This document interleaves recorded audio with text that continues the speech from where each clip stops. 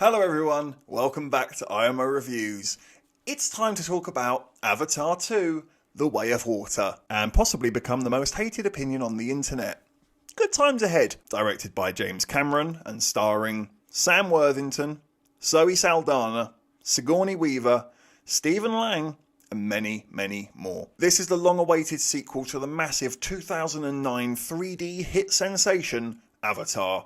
Will it have the same success as its predecessor after all this time? So before we start the review of Avatar 2, I should give you a quick clue of how I feel about the original Avatar. I didn't really care about it, to be brutally honest with you. I mostly went to go and see it because the marketing was inescapable. Seriously, I was walking into places like Game, the video game shop, and even there it was just Avatar, Avatar, Avatar, Avatar. I just want to pick up a copy of FIFA 09, just leave me alone, blue people. But if you can remember 2009, it really was inescapable. Everybody knew this was happening. But for me, I felt completely and utterly unattached, uninterested, and I very quickly realised it was just Pocahontas in blue. Just nowhere near as good as Pocahontas. So I wasn't excited to see this one, I wasn't expecting much from this one, but I was hopeful that it would be better than the first one. And sadly, I have to say, I significantly prefer the first one to this. And as you've just heard, I really wasn't that fond of the first one at all. Oh boy, this is going to be one hell of a review.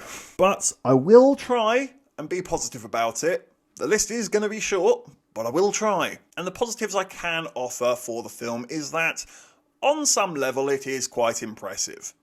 But not really. It's nothing you haven't seen done before at this point. Technology has advanced quite a lot since 2009 to a point that video games have incredibly immersive cutscenes, as do other CGI movies, as do animation. You think about things like stop motion Pinocchio we've just had, or Spider-Verse from 2 or 3 years back. The game has been changing regularly while Avatar has been absent. So this really doesn't feel like it's groundbreaking. It feels like it's a shinier version of what you've already seen in the past 5-6 years. And I don't know if this was just my showing. I haven't heard many other people mention it, a couple, but the frame rate in this movie just was not right. Do you remember The Hobbit, and do you remember how that all felt really floaty and lightweight and everything seemed to be happening just a snap too fast? Yeah, Avatar 2 suffers from the exact same issue in a lot of scenes. Those weird pelican bird things that sort of flap around like that they fly.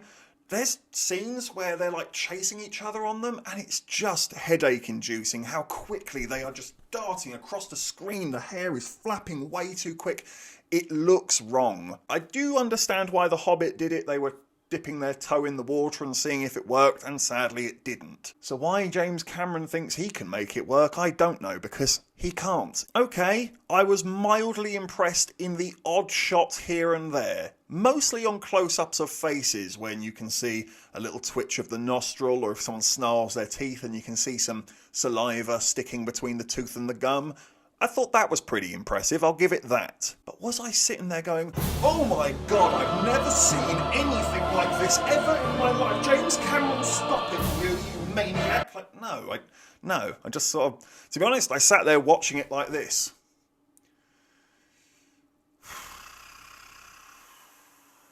Only another 2 hours and 40 minutes to go. But we're going to try and stay positive. Positive, Elliot. Positive, Elliot. I did like Stephen Lang in this movie, and I won't go into spoilers. I will be incredibly vague.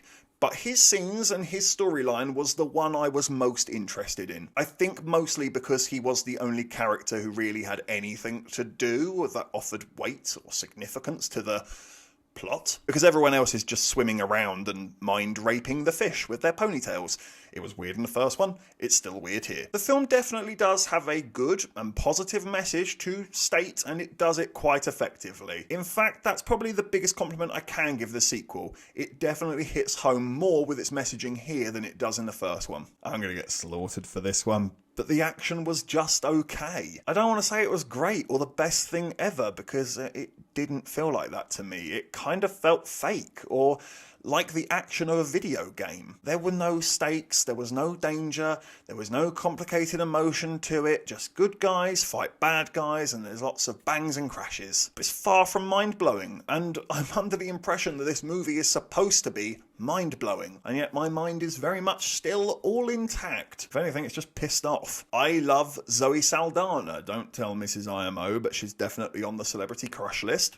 And she can do it all. She can do a really bad movie like Columbiana and be the best damn thing about it, and then she can go on and be Gamora in Guardians of the Galaxy, or a blue Catwoman in this. My point is, she's incredibly adaptable as an actress, but sadly she has absolutely nothing to do here. She feels like a spare wheel. She got a bit annoying. Most of her scenes involve that awful screeching scream that she does, or hissing. She does a lot of hissing in this movie. The plot takes so long to show itself to you, and when it finally does, it immediately dawned on me that we could have started the movie here. The past hour that we just watched, there genuinely wasn't a single scene in it that was relevant, needed, taught us anything. You could have started at this point here and it would still work and it'd be an hour shorter. And that is a running theme. The pacing is horrific on this movie.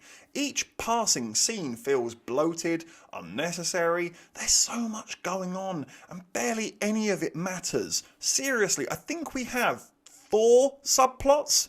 4. Why? Barely telling one main story. Why on earth are you now wasting my time with 4 side missions that don't mean shit to anyone? 45 minutes of this movie is dedicated to a fucking whale. That means so far there's about an hour and 45 of a 3-hour 12-minute movie that you can take out of this movie entirely and it would be better for it and half the running time. My God. And speaking of those storylines, they don't work or make sense. Character motivations are blurred. There is a human character in the movie. It's a nice idea. It's terribly executed though. Hated the character. I never understood him or his frame of mind. His decisions came across as stupid. Yeah, it's incredibly lazy in the writing department. Same issue as the first one. I didn't feel a damn thing from start to finish. It felt like a PS5 cutscene, and that's what the engagement felt like on my behalf. I felt like I was watching someone else play a game that might have been good if I was allowed to take part and be involved in it. All you have to do is be awake, and that's all the movie's asking of you. There is no thought required, there is no emotion required, just keep your eyes open. I could rant and rant and rant about how much I disliked this movie for hours on end, but I don't want to put you guys to sleep.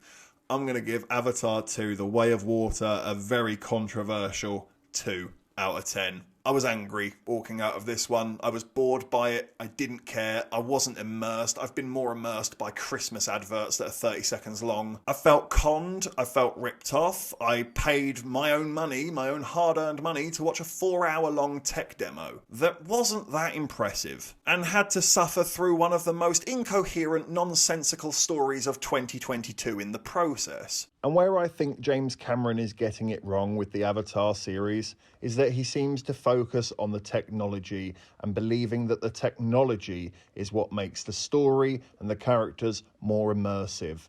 When actually, I think if you ask most people, it's good character and good story that makes people feel immersed in a film or any other type of media. Think about comic books. Think about books themselves. There's no image painted in your mind for you. There's no CGI rendering to behold. It's the morality, the complexity, the consequences of actions that really keep the audience member attached to the story, at least in my opinion. Thank you for watching this review. Please be sure to hit that like button, hit the subscribe button if you haven't already, and please do hit the comment section as well. I'm sure you've got a lot to say about it. Have you seen Avatar 2? What did you think about it? Do you agree with me or do you disagree? Have I got this completely wrong? Let me know in the comment section below. And if you haven't had enough of this beautiful ranting ginger, you can always click on these suggested videos here and get yourself lost in an IMO wormhole. But if I don't see you before then, take care, and I look forward to seeing you on the next review.